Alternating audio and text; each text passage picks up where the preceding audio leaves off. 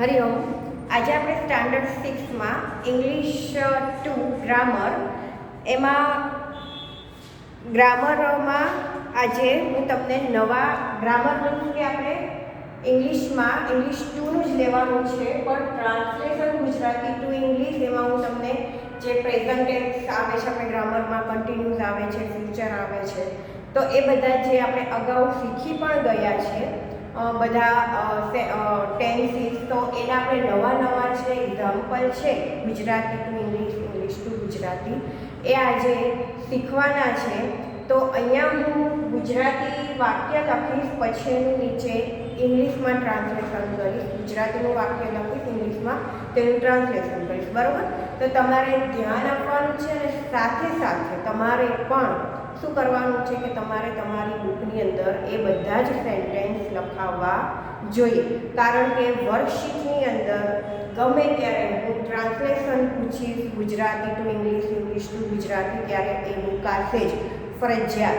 એટલે નવા છે બુકમાં આપેલા છે જે સેન્ટેન્સીસ એ નથી, પણ નવા સેન્ટેન્સ હું તમને શીખવાડીશ.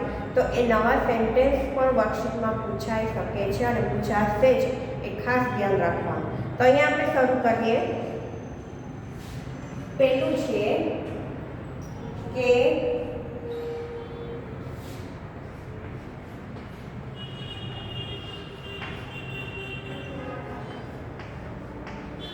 તાન્યા પાસે નારંગી છે. હવે આનું ઇંગ્લિશ શું થાય? તાન્યા પાસે નારંગી છે. તો પહેલા તો આપણે એ સમજવાનું છે કે આ કયો કાળ છે. તો કે સાદો વર્તમાન કાળનું આ વાક્ય આપેલું છે કે તાન્યાની પાસે નારંગી છે, અને આપણે હેવ હેઝનો ઉપયોગ કરતા પણ સાદા વર્તમાન કાળમાં શીખ્યા છે કે પોતાની પાસે હું, માલિકીનું હોઉં, તેની પાસે નારંગી છે. તો આપણે હેવ અને હેઝનો ઉપયોગ કરીએ છીએ સાદા વર્તમાન કાળમાં. તો અહીંયા કઈ રીતે વાક્ય બનશે કે તાન્યા પાસે નારંગી છે. તાન્યા છે તે ગર્લ છે, શીમાં આવે છે, તો આપણે સી સાથે કઈ ટુબેલું મૂકશું? હેવ મૂકીશું કે હેઝ મૂકીશું? તો કે હેઝ. તો તાન્યા હેઝ, પછી શું આવશે? એન, કેમ કે ઓરેન્જ, AEIOU આપણે આર્ટિકલ શીખ્યા, એ અને એન. તો તમને ખ્યાલ છે કે AEIOU જ્યારે સાથે આર્ટિકલ્સ એન મૂકવામાં આવે છે. તો અહીંયા કઈ રીતે વાક્ય બને? તાન્યા હંમેશા ફર્સ્ટ લેટર શેમાં હોવો જોઈએ? કેપિટલમાં. હેઝ, જો નારંગી, એક જ નારંગીની વાત કરવામાં આવી છે એટલે આપણે આર્ટિકલ્સનો ઉપયોગ કરીશું. તાન્યા હેઝ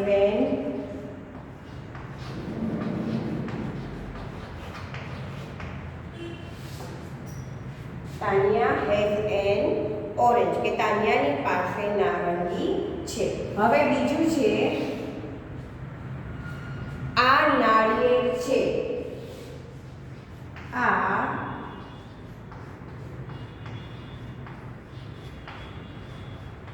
નાળિયેર છે. તો હવે આનું ઇંગ્લિશ શું થાય?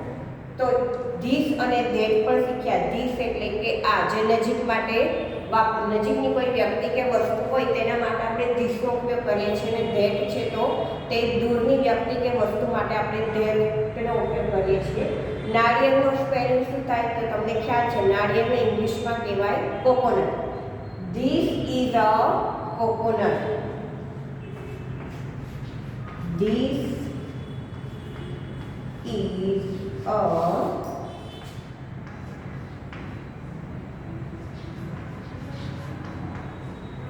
કોકોનટ, બરાબર?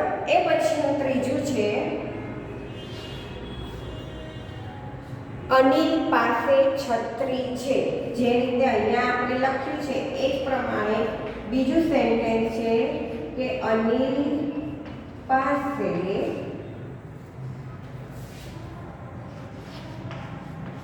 છત્રી છે. તો અહીંયા કઈ રીતે બનશે? તો અનિલ પાસે છત્રી છે. અનિલ છે તે બોયઝમાં આવે છે હી સાથે આપણે તેનો ઉપયોગ કરીશું તો હી સાથે આપણે હેવ લગાડીએ છીએ ટુ બી નું કે હેઝ તો તમને ખ્યાલ છે has Anil has an umbrella છત્રીને શું કહેવાય અમ્બ્રેલા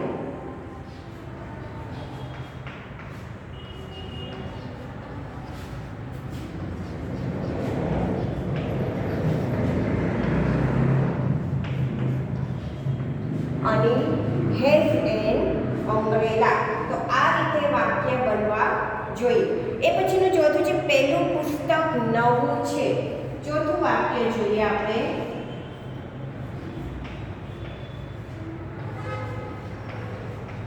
પહેલું પુસ્તક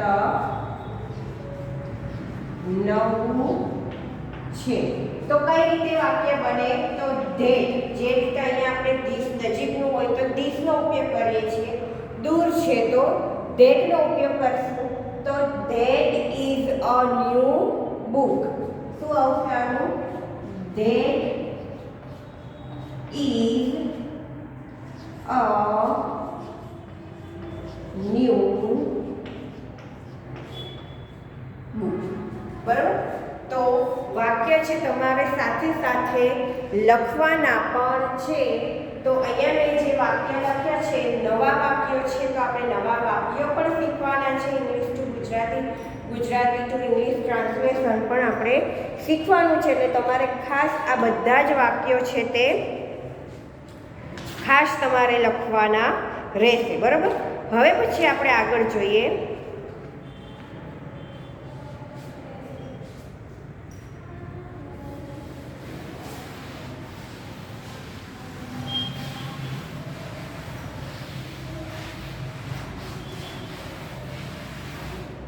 પાંચમું વાક્ય મારી પાસે 3 પેન છે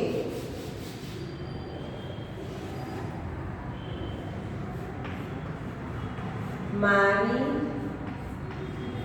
પાસે 3 પેન છે તો આનું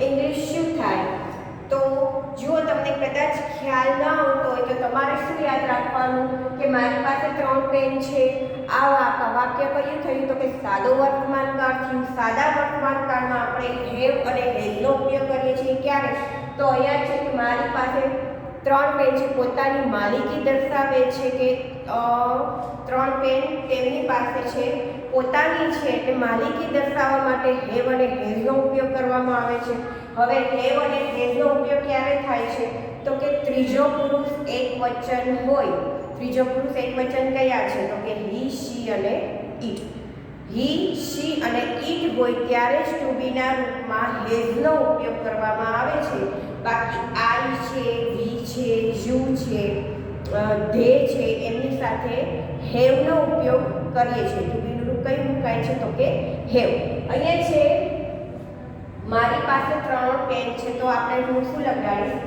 તો કે આઈ હવે આઈની સાથે હેવ લાગે કે હેઝ તો તમારે મગજમાં એ જ રાખવાનું કે ત્રીજો પુરુષ એકવચન છે એટલે હેઝ લાગે તો અહીંયા શું લાગી જશે હેવ આઈ હેવ હવે જો અહીંયા આર્ટિકલ લાગે નહીં કેમ તો કે બહુવચન છે એક કરતાં વધારે પેનની વાત કરવામાં આવી છે એક પેનની વાત થતી હોય તો હું એમ લખું કે આઈ હેવ અ પેન શું લખું આઈ હેવ અ પેન કે મારી પાસે એક પેન છે પણ અહીંયા વાત થઈ છે 3 પેન તો શું આવશે આઈ હેવ 3 પેન નહીં પણ પેન શું થઈ જશે પેન આઈ હેવ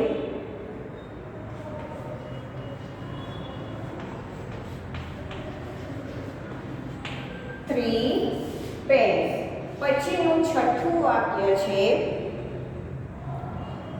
શું આ કાગડો છે હવે અહીંયા છે પ્રશ્નવાળું વાક્ય તો એ પણ આપણે અગાઉ શીખી ગયા હતા ગ્રામરમાં ફર્સ્ટ સેમેસ્ટરમાં આવા બધા વાક્યો કે શું આ કાગડો છે આપણે બુકમાં ચિત્ર સહિત આવતું હતું ખ્યાલ છે ને બધા તો અહીંયા કઈ રીતે હવે વાક્ય બનશે શું આ કાગડો છે તો કઈ રીતે વાક્ય બનશે સિમ્પલ વાક્ય છે તમને લોકોને ખબર છે હવે હું એમ લખું કે આ કાગડો છે, તો હું કઈ રીતે લખીશ? તો પક્ષીનો આપણે કેમાં ઉપયોગ કરીએ છીએ? તો કે ઈટમાં, ઈટ સાથે આપણે ઈટ હોય ત્યારે આપણે પ્રાણી પક્ષીનો ઉપયોગ કરીએ છીએ, નિર્જીવ વસ્તુનો ઉપયોગ કરીએ છીએ. પણ અહીંયા આ લખેલું છે, આ એટલે કે ધીસ. હવે આ કાગડો છે, ફક્ત એનું ગુજરાત સોરી ઇંગ્લિશ કરવું હોય તો હું કઈ રીતે કરું? તો this is a crow, this is a crow. આ કાગડો છે. હવે મેં કર્યું છે અહીંયા શું? આ કાગડો છે તો ધીસ ઇઝ છે, તો ઇઝ છે તે ક્યાં આવી જશે? તો કે ધીસની જગ્યાએ આગળ. Is this a crow? Question mark. કઈ રીતે બને? Is this a crow? Question mark. બરાબર. પછીનું 7મું વાક્ય છે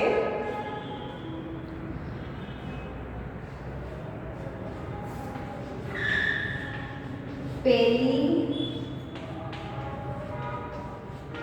છોકરી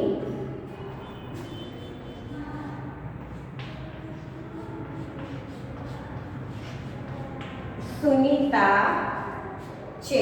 હવે હું એમ કહું કે પેલી છોકરી સુનીતા છે, તો હવે પેલી એટલે મારાથી દૂર ઊભેલી છે, મારાથી દૂર ઊભેલી છે, મારી નજીક નથી. તો દૂર છે એના માટે આપણે ધીસનો ઉપયોગ કરીશું કે ધેટનો? તો તમને લોકોને ખ્યાલ છે કે દૂરની વસ્તુ કે વ્યક્તિ હોય ત્યારે આપણે ધેટનો ઉપયોગ કરીશું. તો હું કઈ રીતે વાક્ય બનાવીશ? પેલી છોકરી સુનીતા છે, તો કે that girl is Sunita. That girl is Sunita.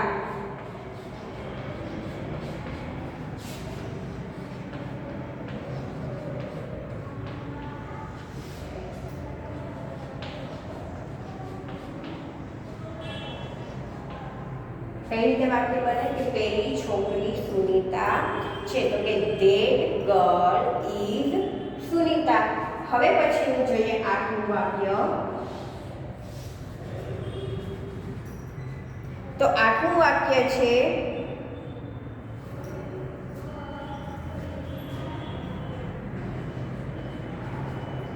Payal અને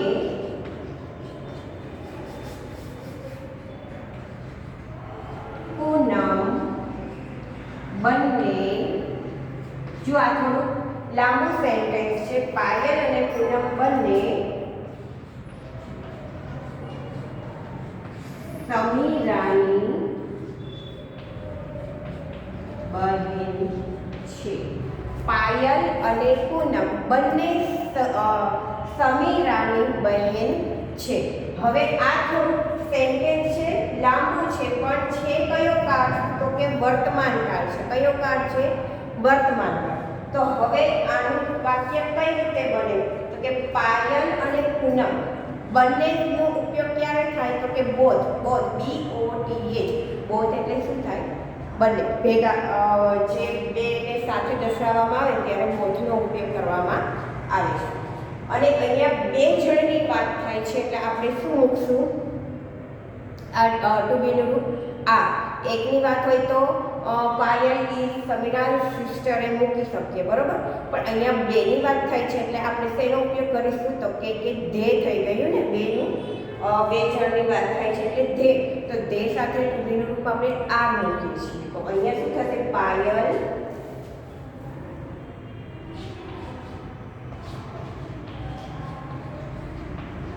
Payal and Poonam. Payal and Poonam both are. કેમ કે બંને લખ્યું છે એટલે both. Both are Samira's. જો સમીરા's સિસ્ટર એટલે આર પછી ઉપર એપોસ્ટ્રોફી એસ કરવાનો છે આ રીતે. સમીરા's સિસ્ટર કઈ રીતે થશે? તો કે જો આ સેન્ટેન્સ ફરીથી ઉપર લખું છું, કદાચ તમને નીચે ખ્યાલ નહીં આવે, બરાબર. જો 8મું આ સેન્ટેન્સ છે, પાયલ અને પૂનમ બંને સમીરાની બહેન છે.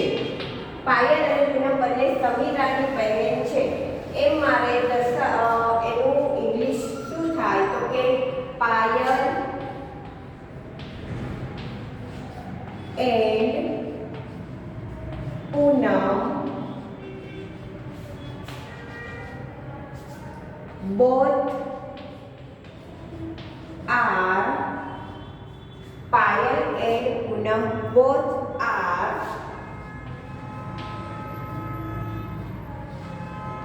Samira's apostrophe S Samira's sister.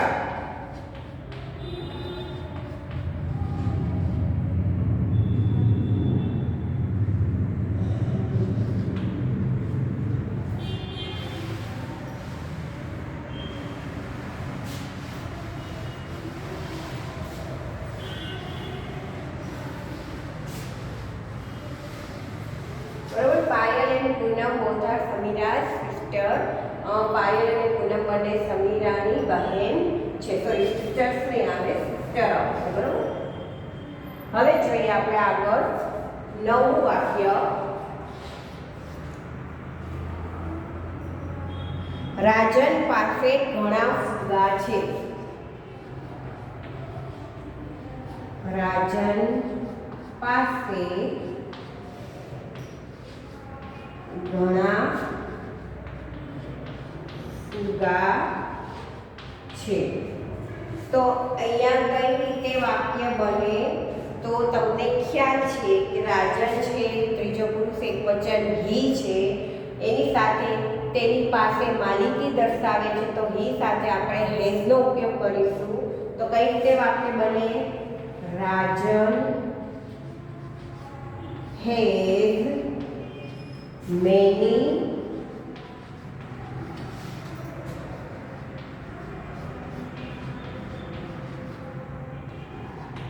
balloons. Rajan has many balloons. અને 10મું છે કે તે મારો ભાઈ નથી.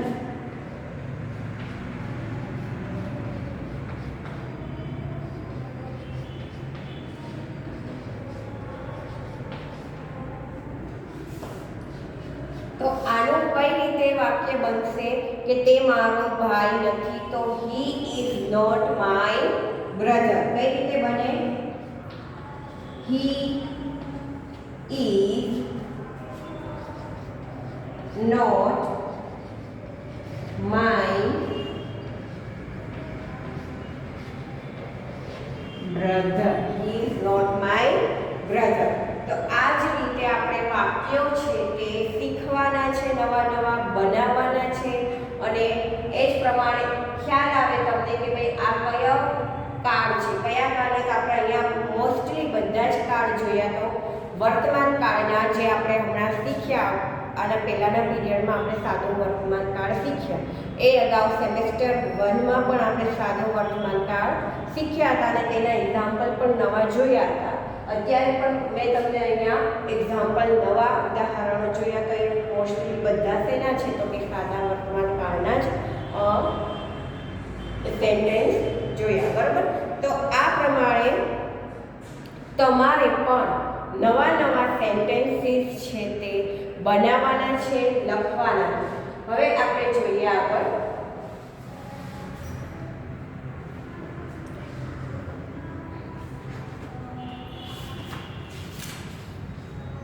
તો અહીંયા આપણે ગ્રામરમાં તમને મેં એક શરૂઆતમાં પણ બુક બતાવી હતી. એ જ બુક છે, એ જ તમારે લેવાની છે. ના હોય તો લઈ લેજો.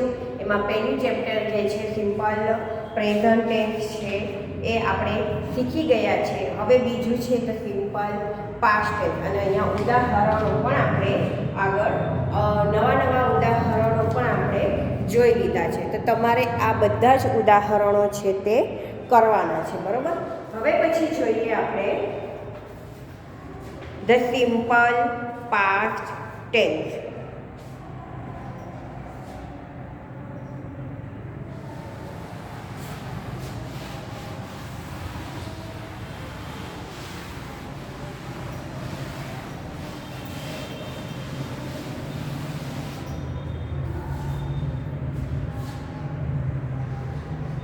GR chapter 2 the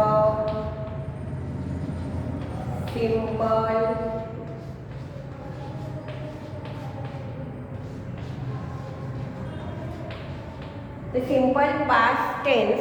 તો એ થશે સાદો ભૂતકાળ. પાસ્ટ એટલે કે વીતી ગયેલો સમય દર્શાવે છે, એટલે થશે સાદો ભૂતકાળ. તો અહીંયા સાદા ભૂતકાળમાં આપણે જુઓ, તમે તમારી બુકમાં જોશો પેજ નંબર 6 ઉપર, તો એમાં લખ્યું છે કે જે રીતે આપણે વર્તમાન કાળમાં ટુ બીના રૂપો એની હેવ હેઝ ડુ ડઝનો ઉપયોગ કરતા શીખ્યા, એ જ પ્રમાણે અહીંયા જે ટુ બીના રૂપો છે તો એમ ઇઝ આર છે તો થઈ જશે ભૂતકાળમાં વોઝ વર. અને એ જ પ્રમાણે હેવ હેઝ આપણે વર્તમાન કાળમાં ઉપયોગમાં લેતા હતા, તો ભૂતકાળમાં કઈ રીતે થઈ જશે, તો કે હેવ હેઝનું થઈ જશે હેડ. તો એ જ આપણે અહીંયા શીખવાનું છે. પછી આપણે અગાઉ શીખ્યા હતા કે વર્તમાન કાળમાં ડુ ડઝનો ઉપયોગ કરીએ છીએ પ્રશ્ન વાક્ય મૂકવામાં, તો અહીંયા આપણે શેનો ઉપયોગ કરીશું કે નકારવાચક વાક્ય બનાવવું હોય તો આપણે ડીડનો ઉપયોગ કરીશું. ડીડ નોટ અથવા ડીડન્ટ એ પણ આપણે અગાઉ શીખ્યા હતા. આગળ પણ એવા બધા જ ઘણા બધા વાક્યો છે તે શીખીશું. તો અહીંયા આપ્યું છે